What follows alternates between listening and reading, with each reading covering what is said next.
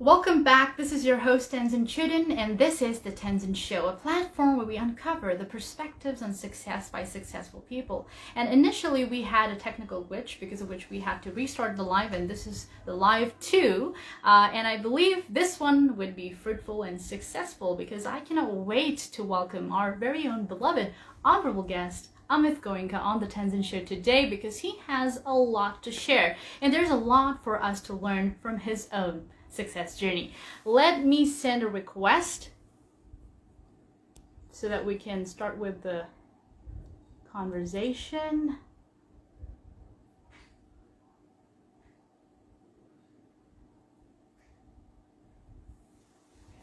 Okay.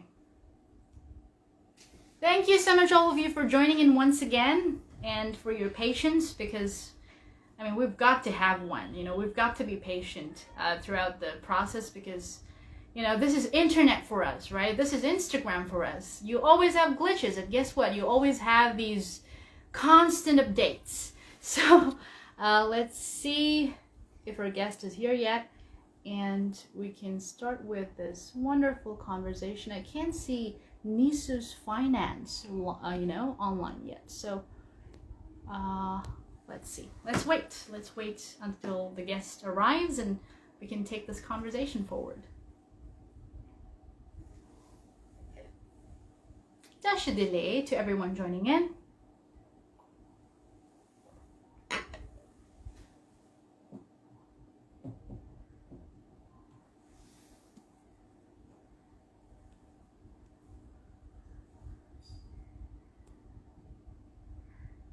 I still don't see Nice's Finance, where our guest is going to be joining in from. Oh, finally, I did see. I'm going to be sending. Where do you see they're here? Nice's Finance. Okay, voila, here it is. A very good evening. Hi. Good evening to you too. How are you? I've been very well indeed. I was hoping that stars in our favor today and this interview is possible. Absolutely. Just give me a second. I need to increase the volume. Sure. Okay. All right. Sorry, I was a bit delayed. We're just trying to figure out the technical parts of this event. So because of which it took some more time. True. I understand. I think it's wonderful. This is your first Instagram live, and I'm so honored that you're showing up with me on the show. I'm a dinosaur, Tenzin, so I need to be coached. Right. So how have you been? It's been an excellent time. I think what started as a care of the unknown, I think, has kind of played itself out in a very large way. We're seeing hopefully a solution in terms of a vaccine around the corner, and I think we're fairly excited about the coming year. What we didn't know was how long this would play upon us and our minds and our collective psychology. But I'm honestly very, very pumped and very, very happy to be here. Obviously, with you, Tenzin, on the show. It's a great time of the year. We're in December. We're excited about the season, about the upcoming new year, and getting all geared up to set 2021 on a roll. Well, amen to that, Amit. I think we didn't realize this year passed by and it's over. It's already December and it's going to be January, right? 2020 just ended like that. But I think 2021 has a lot in store for us, I believe. Right. It did. It just flew by. Yes. So I'm so enthralled and delighted and jovial to have you on the Tenzin Show because I know your personal success journey has not been easy. It's not an easy road everybody takes, right? You take risks, you have these ventures, but you need to have that sort of factor in you. You need to dare to dream big and to make that happen. Now, from being the founder, MD, and CEO of nicest Finance, which is NIFCO, and also being the former founder and CEO of SL Finance, which is the part of the ZTV group. How do you feel about your journey? Because I'm sure when you first started off, it was not always the way it appears to be. Not easy, right? No, absolutely.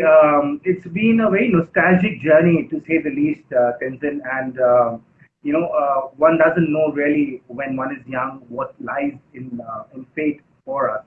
We always hope and dream for a lot of things, but nothing prepares us enough for them. So when I look back, I honestly think maybe I was built for a long haul, for a tough haul, and maybe my career choices have actually reflected that. So, Sure. when I started very young, post my graduation, it seemed that all the choices that I made were more inclined to take up opportunities that require innovation, that require rolling up the sleeve and hitting the dirt, getting into the grind. And honestly, this whole journey with nicest finance and how we've culminated into an organization really started in 2008. I was in the Middle East. I was part of a very large global fund, and was coming back in 2008 back to India to look at opportunities. And I had opportunities with a several number of very large corporates for very very comfortable jobs, but I ended up choosing Knight Frank as a choice in 2008, and that is really what set me up for what I am today.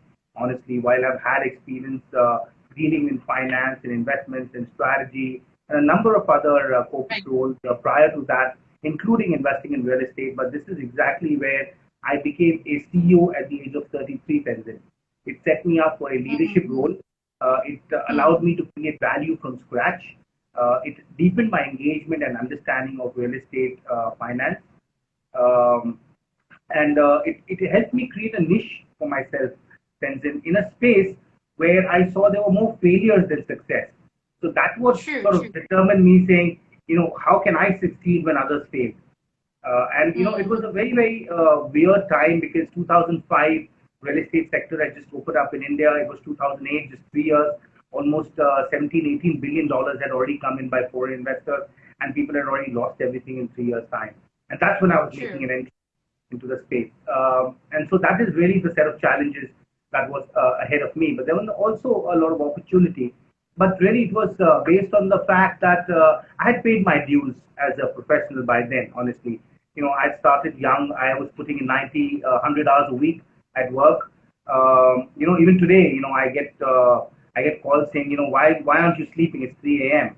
And why are you sending Mm. emails at this hour? So, it's something which I think I'd inculcated very early in my life, which allowed me to sort of take up these challenges and opportunities. I remember very vividly today also, Tenzin, that 17 years ago, I got married on a Saturday and I was back to my desk on Monday. So it was a Oh very, my very, God. it was a very weird time where, it was about making something of yourself. It was about trying to get to be understood and understand what it takes to, get to the next level. And I think there is no sacrifice that is enough in terms of effort, in terms of time, in terms of learning, in terms of the hits that you take on the way. And all in all, it became a very satisfying journey in these various opportunities that I have worked at, which you just described. And but it's nothing which I could have planned for or I could have imagined, honestly, 20, 22 years ago when I started. In fact, this entire setting up of SL Finance is also part of that journey where I Mm. created products and assets and services. And in a chance meeting with Mr. Chandra, who's a legendary entrepreneur at Z Group, he was Yes. fairly excited and impressed with the kind of products, services, returns, and asset classes that I developed within a niche space. And he said, hey, why don't you do this for yourself? Why don't you set up a firm and I would back you? And that's how SL Finance really started as a garage setup from a basement Mm-hmm. in 2011-12, and it very quickly grew and grew and grew. But even then, I had come to a realization at that point that if I really have to make even a larger impact, I need to be more entrepreneurial. I need to have more control. I should be able to take the risks that matter and create products and Mm. solutions that matter, even if that decision is mine. So I should be entirely responsible for my actions and my consequences, even if they Certainly, were certainly. untested or untried waters or uncharted territories, because India doesn't really have a history of having done it all. We're a very young Mm-hmm. economy, Tenzin, and we're a very very young country. Effectively, despite thousands of years of legacy, we're a very young country in terms of opportunity. So it was important that this company deliver products that were futuristic, that were future ready, and Mm. that's really when I started nicest Finance in 2014, around 6 years ago. And today we're a very, very unique alternatives platform, Tenzin, that have created an alpha for its stakeholders. just the way we thought and we dreamt of. We are proud that we have about 1,000 crores of assets under management. We're proud that we have multiple platforms. We have we have AI funds, we have NBFC, we have Right. advisory, we have development management advisory, and we're getting into newer businesses as we speak through mergers and acquisitions. So our investors are making great returns. Their tribe is growing, Mm. and I think we've had a fairly good journey despite all the hiccups that have happened in the last 6 years. Let me tell you, it's not been an easy ride. Even in the last 6 years, the country has seen a huge amount of upheaval on a regulatory side. The recent pandemic, a lot of changes by the government to clean up banking system, to clean up sectors, to introduce regulations and laws that would make it uniform playing field.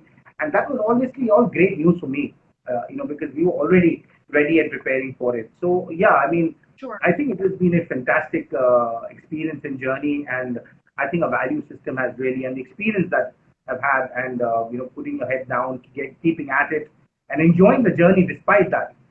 It's like you're a boxer in a ring. You're like Muhammad Ali. As he says, fly like a butterfly, sting like a bee. I think that's Mm-hmm. legendary. Honestly, you've got to be nimble. You've got to be at it. You've got to be able to get up every time you're knocked down, as hard as it gets. And I think that's the only thing. And you're prepared. And if you're prepared for it, and I think my early life made me prepared for it. And I think that's exactly what is culminated in our journey and in our outcome. Sure, sure, certainly. And I think when you mentioned at the age 33, you had to assume a real strict leadership role.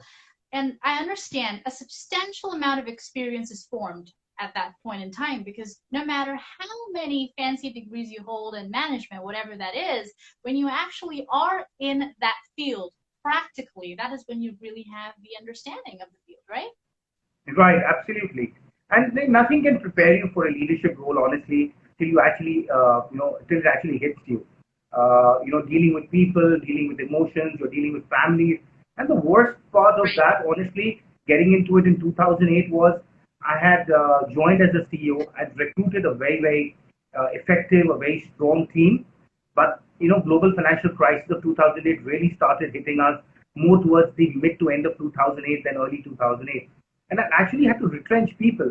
And till today, Tenzin, 12 years later, that's one of the most heart-wrenching moments I've had to go through, is retrenching a Mm, young team who were pivoting their careers, their lives, their jobs, their dreams, their loans, their marriages on this mm, opportunity with me.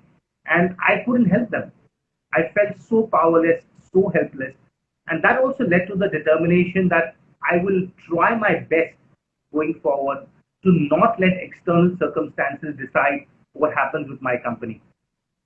I will mm, not let external world dictate what happens internally, and to create a more fortified, a more resilient, a more forward-looking organization rather than reacting spontaneously, trying to react rather than be proactive about the situation. So that's really was a huge learning for me right at the age of 33, coming into a CEO's role. And of course, we grew from there. We hired people back again, a year and a half later, and things have only been sort of great since then. But you're right, nothing prepares you enough. No B school, no experience can actually teach you how to be a leader. true, true, true. So I think, as you mentioned, that is so important. Your employees are so attached, not in terms of emotional sense, not just that, but also dependent on you financially. And as That's you right. mentioned, you couldn't do anything. Sometimes the economy crashes and things are not in your hand. You're just not in control of the scenario that you cannot control. You can just not do, you can just do anything in terms of understanding how dependent people are on you, right? So tell us a little bit about your childhood, Amit. When did you first realize you wanted to take up entrepreneurship? Did you ever aspire to be in this industry? Honestly, I didn't. I mean, I think I was always anti-system in some way. Maybe I don't know. Maybe I Okay. was born on the wrong day at the wrong time in the wrong direction. I don't know what it was. But coming from Right. a business family, it was expected for me to be in a Mm, profession or business at some point. But somehow I always thought I should do something different, and I was enlisted in the army in 1997. I thought I should go and fight Kargil or something like that. But somehow, wow. I was dissuaded to finish a post graduation before I did that. And now I realize it was a scheme for my parents to keep me away from the army, because once you get an MBA, you're never going back there. So, so I think Mm-hmm. life sort of has a way of playing itself out. And so, no, I mean, you're right. There's no way I could have imagined being what I am and what I'm doing today, maybe 25 years ago. But I've had a very, very amazing and empowered childhood, Tenzin, and I think that's sort of set the foundations for where I am today and where I will be tomorrow. I've been able to explore all facets of learning from very young age. I've been exposed to various cultures, various opportunities. I've been encouraged from day one to strive for excellence in whatever I do. My mother is a teacher, right? And she was always instrumental in ensuring that I do very well academically, scholastically, have a deep connect with extracurricular activities and evolve as a full student, as a full, even though I've been a bit All nerdy. rounder, as we call it. All, All yeah, I rounder, mean, as we call she tried her best. I don't know whether she succeeded, but yes. And on the other side, I have a father who's a very worldly man, right? And it. so Mm-hmm. he's not very stuck up about scholastic credentials. He was more he was more inclined to allow me to explore the world, for me to become more rugged, more rusty, more develop more grit, confidence, and fight in what I did, and not get pushed down. And I think those two things fairly contrasted, where on one side, we're looking at a mother who's looking at an educational and a more development role, and a father who's saying, get your hands dirty, be on the field, don't get stuck with books alone. And, so I think that sort of allowed a very well-rounded exposure. Also, my grandparents were fairly instrumental. I'm very lucky to have engaged with them. My maternal grandfather was a national icon, and he inspired me to dream big and set up organizations and institutions that matter and make an impact. My paternal grandparents were freedom fighters, and they instilled values of nationalism, of simplicity, of self-reliance, and pride in being here, in being an Indian, and taking pride in what we did. And so those really sort of set up my outlook going forward, for the country, for the family, for the community, and creating an impact, what matters the most. I've been really fortunate that my family is engaged with me and instill values which are relevant for me today. For me, integrity, candor, faithfulness, pride, and a sheer dedication to one's cause is also what remains the principles of nicest finance and NIFCO for us today. But having said that, didn't come from a very wealthy background. Being freedom fighters and all. Family went through very, very tough times, Tenzin. And, I think that gave me a sense of endurance. It gave me the drive to rise above the normal, rise out of situations, find answers in very, very tough situations, things which seem very difficult or impossible, build capabilities that would endure me in the toughest of times, and help my family endure them as well. And I think it's a very symbiotic equation, between the family and the generations that follow after that. So I think that endurance capabilities were sort of inculcated very early on because of those experiences and those circumstances. And I think those have helped in each of my assignments and the outcomes that have happened. And I can just be grateful for that, Tenzin. So a lot of nostalgia there as well, Tenzin. So Right. So I'm proud of what we've had as children. I'm proud that we have been born in a generation that honestly I'm not I'm actually happy that I wasn't born with mobile phones and computers and laptops and digital device oh and yes. equipment. Oh yes, totally. I see our kids today, their worlds are confined to a screen, Our world was not confined to a screen. In fact, it was confined to as much area one could cover outside the house. The playground, the Mm-hmm. treks, the experiences, the things that you have to do to, support the family.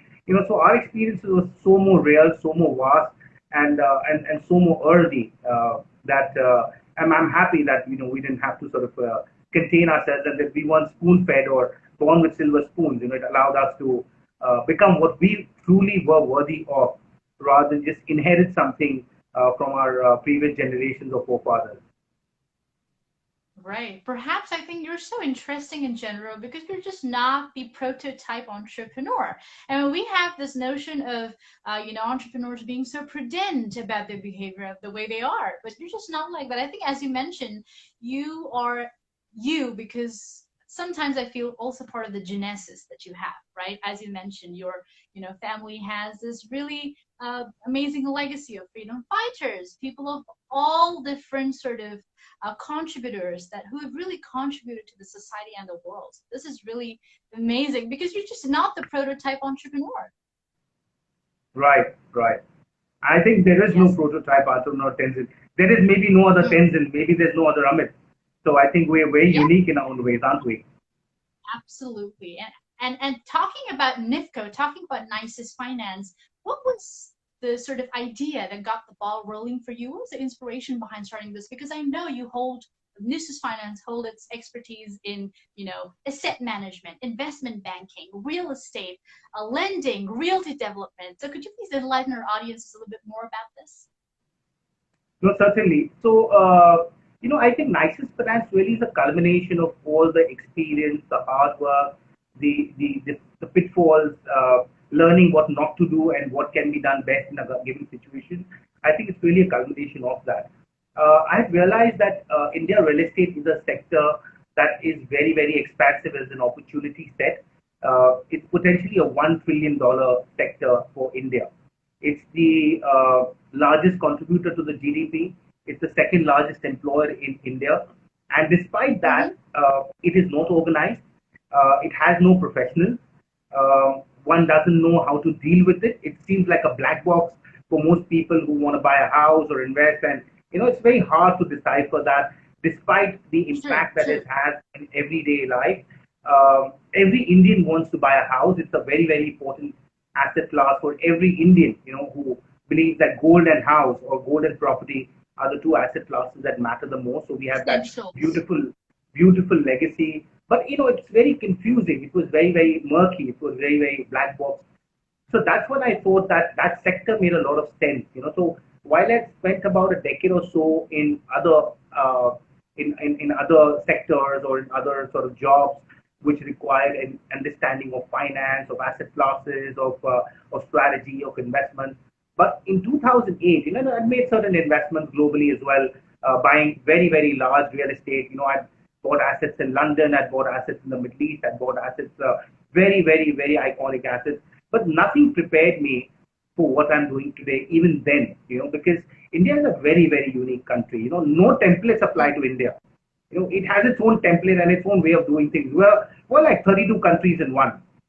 So, Mm-hmm. so Yes, that's that is really, true. so, That is so true.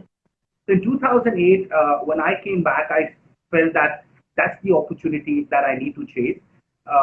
And again, if you see in the recent times, and I think the testimony of what I envisaged 12 years back, it's actually sort of come true. We have products like REITs today, which have done really well, Mm-hmm. real estate investment trusts. Two of them have recently been listed and done really well. It's attracted a massive amount of global capital. We have co-working, we have co-living, we have strata sales or segmental sales or segmental ownership. We have AIF funds.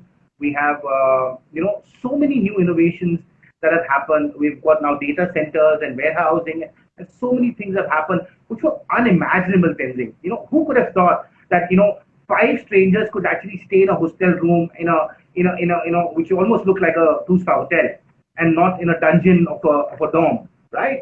So Okay. uh, yeah, I mean it's transformed, and it was obvious to me, having spent some time abroad in the U.S. markets and Middle East markets in London, that India is likely to see that in its own form and shape at its own time, and we needed to be ready and prepared for that. So that's really when I started to sort of focus on this in a big way. $20 billion of FDI money had already come in a short period of time, as I said, and global financial crisis happened in 2005.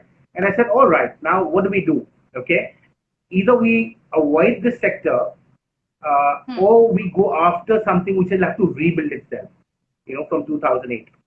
Uh, and there was so much money which was already invested. There was no professionalism. And that's when I thought that, let's look at what really is around. I saw that what caused the global financial crisis, which is synthetic bonds on the basis of CMBS, RMBS, didn't even exist in India. We didn't even know that there's a product like that which has actually caused global financial collapse. We didn't even have a Right, proper right. mortgage. We didn't even have a proper mortgage industry in 2008. There were just a few players. We had Mm-hmm. no securitization. It was very difficult for people to raise capital in India outside of tapping a few banks. And that's when I Mm-hmm. started to structure the first few covered bonds or real estate NCDs. I saw that as a unique opportunity. Nobody knew we could do a product like that, and created it, started working with it. And it's one of the largest investment asset classes in India today, Tenzin. NBFCs got formed on the basis of that. Global funds came in and they started applying the same strategy, and it became a big rage. It was seen as the best way to play real estate in a high yield curve. So that was an extraordinary experience. Taking a product, making it real, and making it available to the world as a leader who's created products. Likewise, I was one of the first few people who actually started a REIT way back in 2009-10. There were no REITs. Nobody knew what a REIT is, how to buy commercial Mm-hmm. assets and strip rental incomes, which the world wants to today Correct. come to India and play with. It's almost, we believe it's a $150 billion opportunity immediately. So nobody knew what a REIT was. So I started the first REIT based on Singapore guidelines because there were no guidelines in India. And that did extremely, extremely well. Then I quickly realized that it's sort of run out its course. The whole interest environment has changed. The opportunity set has changed, and therefore middle income and affordable housing will be the theme going forward. So we got into that a big way, and which has obviously sort of fanned itself out. Also, we realized that this whole real estate NCD had also grown into a very large bubble with so many people chasing that one product or that one asset class. So we already started getting out of that. And I realized that that bubble formation is going to lead to distress. So we already started, Sure. planning for getting into special situations for distressed assets. And we've launched effectively a special situations or a distressed asset fund that focuses on that, where people are still sort of reconciling with the fact that distress has happened. We already prepared for it. Uh, so we've evolved because of our foresight, our ability to forecast, predict cycles, our ability to understand this asset class and provide the solutions ahead of time so that we're right in the middle of the opportunity set when it arrives. And that's how we've evolved Mm-hmm. into a asset management company, a structured credit company, a company that deals with special Taxation. situations Yeah. very effectively. We can deal with advisory and real estate development advisory very, very effectively because we understand the nuts and bolts, and we've been ahead of time. We've been ahead of curve, not ahead of time so that it becomes irrelevant. So we're not a bombardier, Right. but Right. but we're certainly very relevant when that situation happens. So I think that's really what's sort of helped and steered us in good stead, where we've been able to come in where people have failed, and that's something which sort of set up the genesis for me to do what I do many years ago. So today, NIFCO Tenzin is very, very uniquely positioned. I struggle to find a comparable like us, which is Mm. nimble, which is a mid-size, and play this entire curve of asset management, resolution, advisory in the whole spectrum of things, and do it so Right. independently and without any sort of overhang of a large industrial conglomerate and its underpinnings. We don't have those underpinnings. We're only focused on what we do, and that's what matters. What also mattered to me was that if I put everything in it, then that's when it's going to matter to me. So there is no plan Mm. B, honestly. For entrepreneurs, for companies, there is no plan B. Either you Right. do it, You've got to do what you've got to do. yeah. So There's you no other sink, way. so you swim or you sink. There is no float. So you got to be Mm-hmm. prepared. You got to be able to deal with the sharks when they arrive. You got to be able to fight the storm when it comes, and you got to be able to continue to swim and stay ahead of it. Hopefully, cross the channel before the storm hits it. So I think those are the things Right. that we've been able to do very effectively. And the only way is if you're 100% invested in it. And that was one of the failures I realized, that people had very little specificity to the jobs in India. You could very easily shift jobs, there would be new employers, there would be new capital, old capital and old sins would be forgotten very easily. And for me, that was a problem, right? Because if we need Mm. to be long term, if we need to be sustainable, if we need to see new capital, we need to be accountable and responsible for our past as well. We just can't shut our eyes to that. And True. I think True. that's, That's very and the important. only way to do it is to lose your own shirt if that happens. And that's when I said Mm-hmm. that with nicest finance, is going to be 100% of my wealth, my family wealth, 100% everything. So if this fails, I'm sunk, I'm bankrupt. But if it Mm, succeeds, mm, we'll do well. And I think that mm, 100% commitment is, then you have no plan B. You mm, really can't, go back 20, 30 years ago and start sort of figuring out from scratch.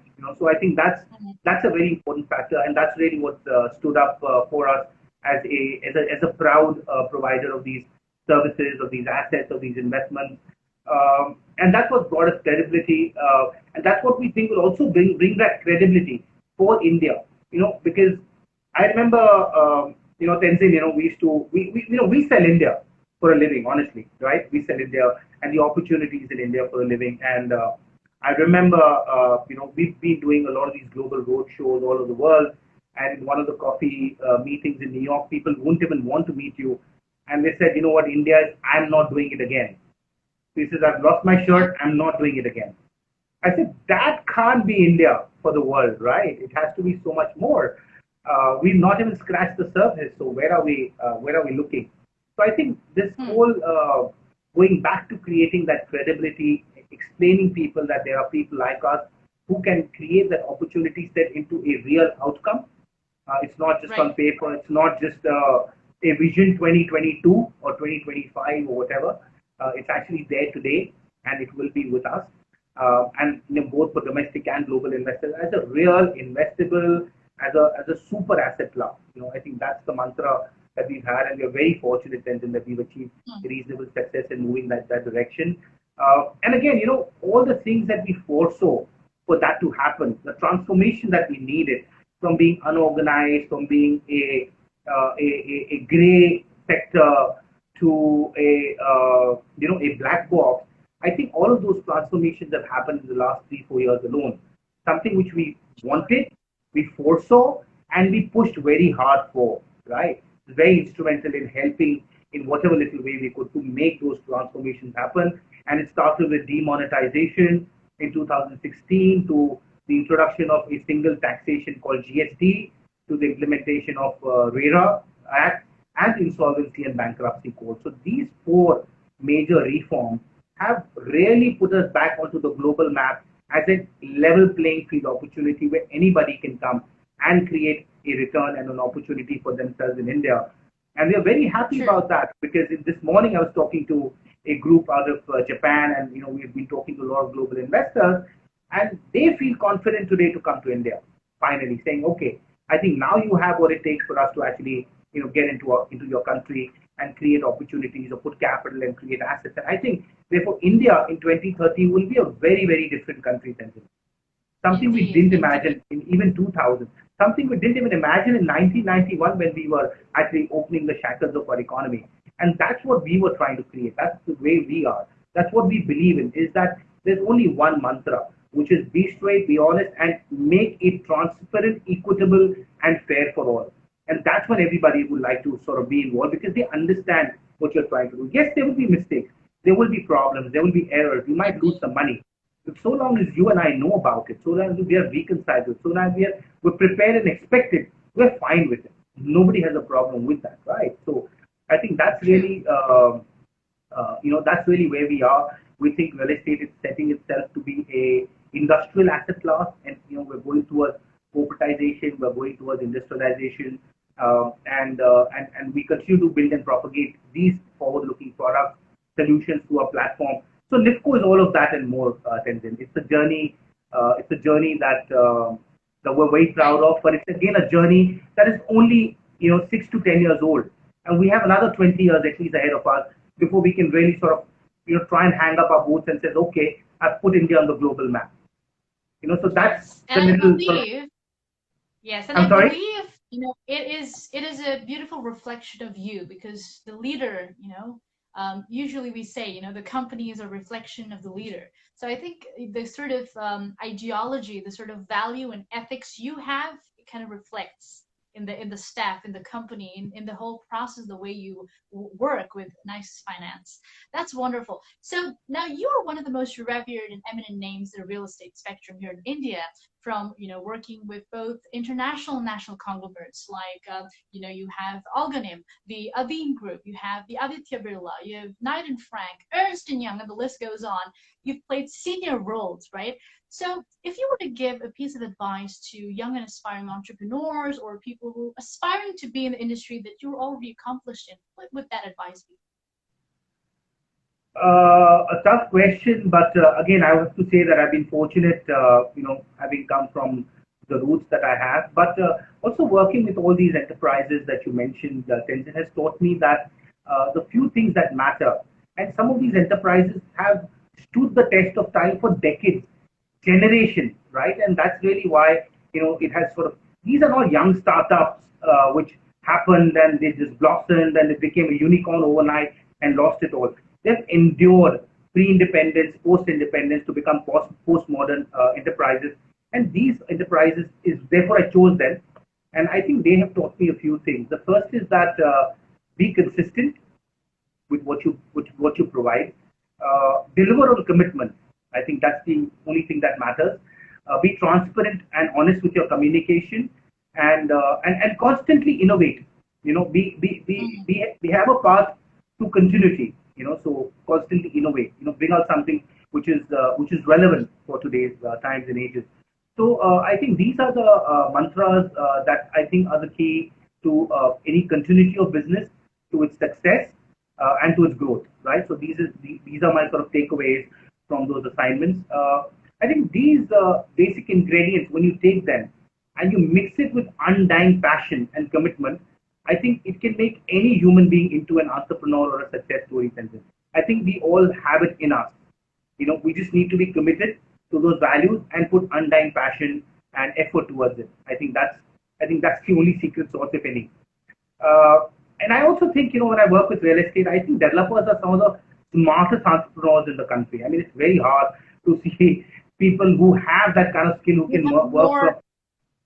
Sorry? You have more failures than success stories, and you're one of the success yes, stories. exactly. But they're so smart, but we really didn't have this sort of ecosystem to bring that respect and bring the genius out of them.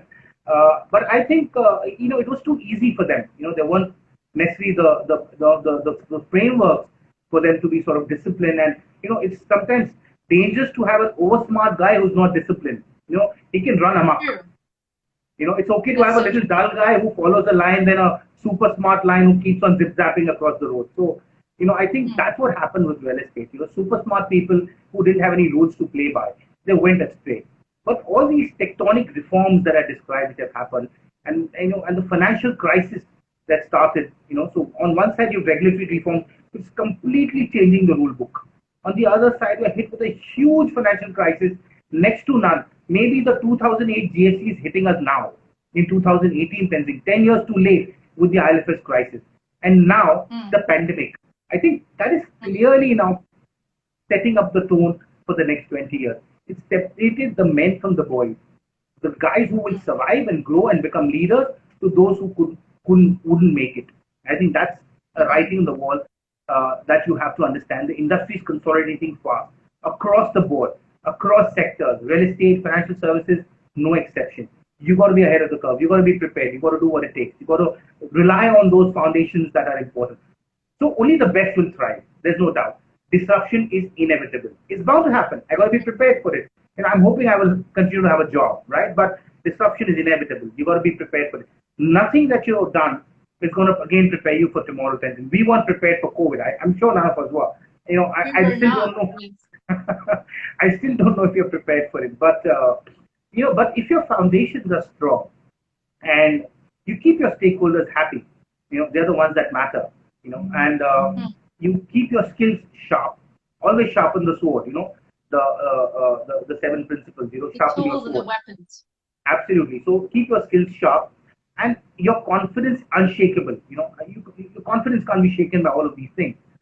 Then I think each paradigm shift, whether it's the crisis, a pandemic, will only act as a catapult to a leadership role.